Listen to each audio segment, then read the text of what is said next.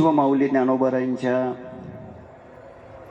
727व्या संजीवन समाधीचं सोहळ्याचं औचित्य साधून संपूर्ण भारतभरातून आलेले सर्व वैष्णव, सर्व भक्त साधक या सर्वांच्या चरणी अंतःकरणपूर्वक, हृदयपूर्वक नतमस्तक वंदन करतो। स्वानंद सुखनिवासी गुरुनाम गुरु सद्गुरु जोग महाराज यांच्या पवित्र धर्म मंडपामध्ये उपस्थित असलेले वारकरी संप्रदायातील ज्येष्ठ श्रेष्ठ आध्वर्यू, वारकरी शिक्षण संस्थेतील व संस्थेवर प्रेम करणारे हजारो वैष्णव या सर्वांच्या पवित्र उपस्थितीमध्ये आज कार्तिक वद्य एकादशीच्या अर्थात महावारीच्या या पवित्र पर्व काळामध्ये आपण एका आनंदाच्या क्षणाची वाट पाहत आहोत आणि तो आजचा आनंदाचा क्षण म्हणजे वारकरी शिक्षण संस्थेचे विद्यमान अध्यक्ष, वारकरी शिक्षण संस्थेचे परीक्षक, आपल्या सर्वांचे श्री गुरु प्रातस्मरणीय हरिभक्तिपरायण गुरुवर्य संदीपान महाराज हसेगावकर महाराजांच्या जीवनाला, आयुष्याला 75 वर्ष मागच्या वर्षी मार्गशीर्ष वद्य त्रयोदशीच्या दिवशी पूर्ण झाली।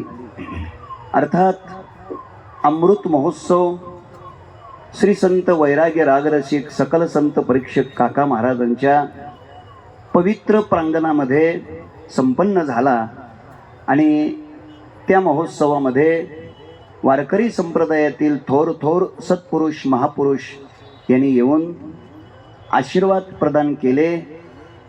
वारकरी संप्रदायाचे आध्वर्यू, संपूर्ण भारत देशामध्ये असलेले सर्वच विद्वत प्रचुर महात्मे या सर्वांचेच आदरणीय श्री गुरु शांती ब्रह्म गुरुदेव कुरेकर बाबा यांनी महाराजांना आशीर्वाद दिले आणि ते हरिभक्तिपरायण विद्वत प्राण असणारे श्री गुरु चैतन्य महाराज यांच्या पवित्र उपस्थितीमध्ये तो सोहळा संपन्न झाला।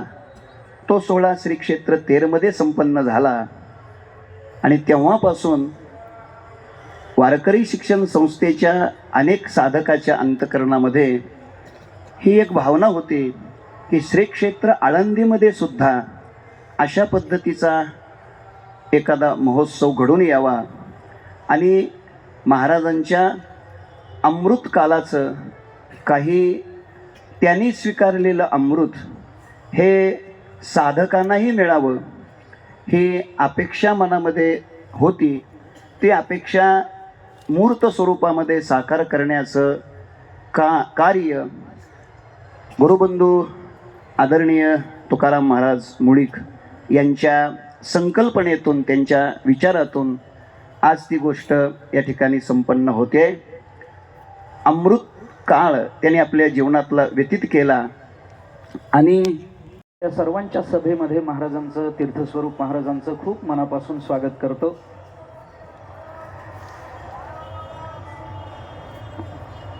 महाराज, थोडेसे प्रश्न माझ्या मनात आहेत, ते आपल्या समोर ठेवणार आहे, परंतु हे प्रश्न माझे एकट्याचे नाही आहेत।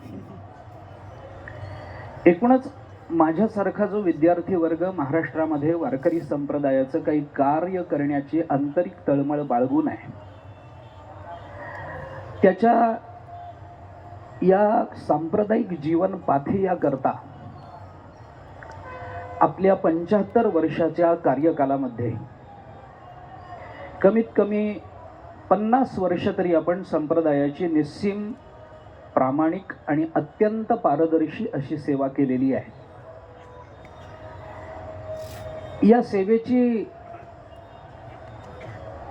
अनुभूती आपल्याला ज्या रूपामध्ये आली असेल त्या रूपाचं दर्शन आम्हाला करायचं आहे. एकूणातच मानवी जीवन हे संतप्ततेकडून संतृप्ततेकडे धावणारं असतं. अगदीच आपल्या संत वाङ्मयाच्या भाषेमधून बोलायचं झालं तर ज्ञानोबाराय जसं म्हणतात की श्लोकाक्षर द्राक्षलता मांडव झाली आहे गीता, संसार पथ श्रांता विसावावया.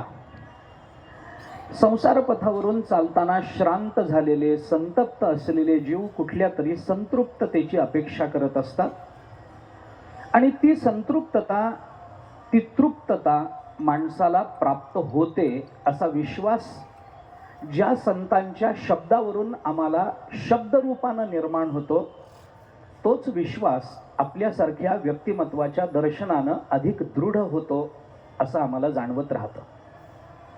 त्यामुळं आपल्या अनुभवाचे जे काही बोल आहेत त्या बोलांनी आमच्यासारख्या अनेक साधकांचं, अनेक विद्यार्थ्यांचं जीवन हे ज्ञानमय होईल. आमच्यासारख्यांच्या अनेक साधकांच्या समोरची ध्येय स्पष्ट होतील. त्या ध्येयापर्यंत जाण्याकरता आवश्यक असणाऱ्या मार्गाचाही आम्हाला चांगला विचार ऐकायला मिळेल आणि त्याचबरोबरीनं त्या मार्गामध्ये येणाऱ्या अडथळ्यांची, प्रतिबंधाचीही जाणीव आपण आम्हाला करून द्याल. याच्या विश्वासानं काही प्रश्न आपल्यासमोर ठेवणार आहे. विनंती इतकीच आहे की जरी हा कार्यक्रम 4 ते 5 असा जाहीर केलेला असला तरी सुद्धा आपली उत्तरं मात्र संक्षेपानं असू नयेत, विस्ताराने असावी. कारण याच्या पुढं कीर्तन माझंच आहे. त्याच्यामुळे ते एक अर्धा तास जरी मला सेवा म्हणून जोग महाराजांची करायला मिळाली तरी मी त्याच्याने तृप्त आहे. पण आपले बोल आज जास्त महत्त्वाचे. या एकादशीच्या या पर्व काळावरती आपला अनुभव, आपलं जीवनदर्शन समाजाला घडावं आणि ते आपल्या मुखातून व्यक्त व्हावं. आणि ते बोलणं हे तुमची आत्मस्तुती नसून साधकांकरता, विद्यार्थ्यांकरता, महाराष्ट्राकरता, पारमार्थिक जनांकरता एक जीवनपाथेय व्हावं. या विश्वासानं काही प्रश्न आपल्यासमोर उपस्थित करतो. सगळ्यात पहिल्यांदा आमच्या सर्वांतर्फे आपल्या चरणी नतमस्तक होतो. संप्रदायामध्ये वागताना, संप्रदायात जगताना आपण वारकरी लोक, मी लोक हा शब्द फार जाणीवपूर्वक वापरतोय, आपण वारकरी प्रपंच आणि परमार्थाच्या जीवनाचे विभाग कधी करत नाही. आपला प्रपंच ही पारमार्थिक चिंतनानेच होत असतो आणि आपल्या परमार्थामध्ये सुद्धा आपण प्रपंचाला अगदीच कधी बाजूला काढत नाही. त्यामुळे माझा पहिला प्रश्न हा त्याच अनुषंगानं आहे की जो सगळ्या साधकांकरता अत्यंत उपयुक्त आहे, विद्यार्थ्यांकरता उपयुक्त आहे, संत वाङ्मयाचा अभ्यास करणाऱ्या सर्व अभ्यासकांकरता उपयुक्त आहे की गेली 50 वर्ष आपण संप्रदायाची सेवा करता आहात आणि त्याच्या पूर्वी आपलं परमभाग्य हे आहे की आपण मामांसारख्या व्यक्तिमत्वाचं दर्शन आपण केलेलं आहे. माहीत नाही आपल्या साधनेने आपल्याला ज्ञानोबाराय, तुकोबाराय संतांचं, भगवंताचं दर्शन झालं न झालं याची चर्चाही आम्हाला करायची नाही. पण आपल्याला मामांचं दर्शन झालं, याच्यामध्ये सकल संतांचं दर्शन आपल्याला झालं आहे असं आम्हाला वाटतं. आणि म्हणून प्रश्न असा आहे की अशा व्यक्तिमत्वांच्या समोर आपली विद्यार्थी अवस्था गेली. यांना बघत बघत आपलं विद्यार्थी जीवन पुढे सरकत राहिलं तर त्या काळामध्ये त्यांच्या समोर आपण जो अभ्यास केला त्या अभ्यासाची नेमकी पद्धत आपली काय होती. एक 2-3 प्रश्न सलग विचारतो म्हणजे आपल्याला उत्तर देताना थोडंसं विस्तारानं देता येईल.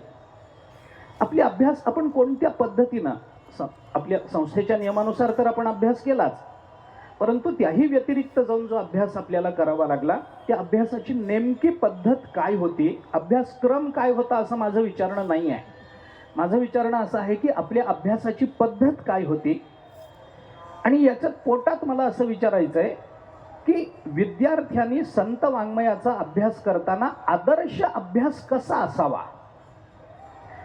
फक्त कीर्तनाकरता, प्रवचनाकरताच अभ्यास करणं हे आपल्या संप्रदायाला आणि विशेषतः संस्थेला कधीही मान्य नाही.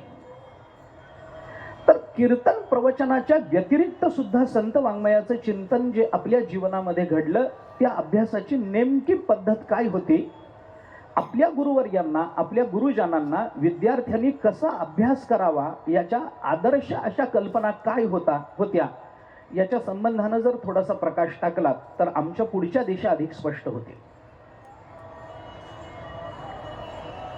बोलायचं. नमामि सद्गुरुं शांतं सच्चिदानंद विग्रहं पूर्ण ब्रह्मपरानंद निशमानंद वल्लभम. विश्वामध्ये ज्ञानोबांच्या 727व्या समाधी सोहळ्याचे सेवेच्या एकादशीच्या महापर्व काळात आपण सद्गुरू जोग महाराजांच्या आणि इतर गुरुवर्यांच्या पुढ्यात आपण एका विचार संवेदनाला उपस्थित आहोत. प्रथमतः आयुष्यात पहिल्यांदाच हा प्रसंग माझ्या जीवनात आला. माझे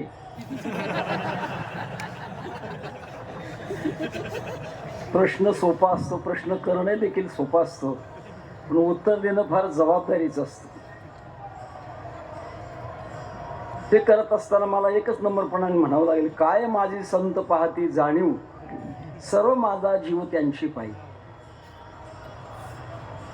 माझ्या आत असणाऱ्या काही भावना, माझे काही विचार, माझी काही जीवन पद्धती की जी की साधकांना उपयुक्त ठरावी या पवित्र हेतूने आपण आपल्या भाषा शैलीतून जे काही मला काही विचारलं गेलं आहे त्या विचारण्याच्या उत्तरामध्ये मी त्याचे 4 टप्पे पाडणार आहे.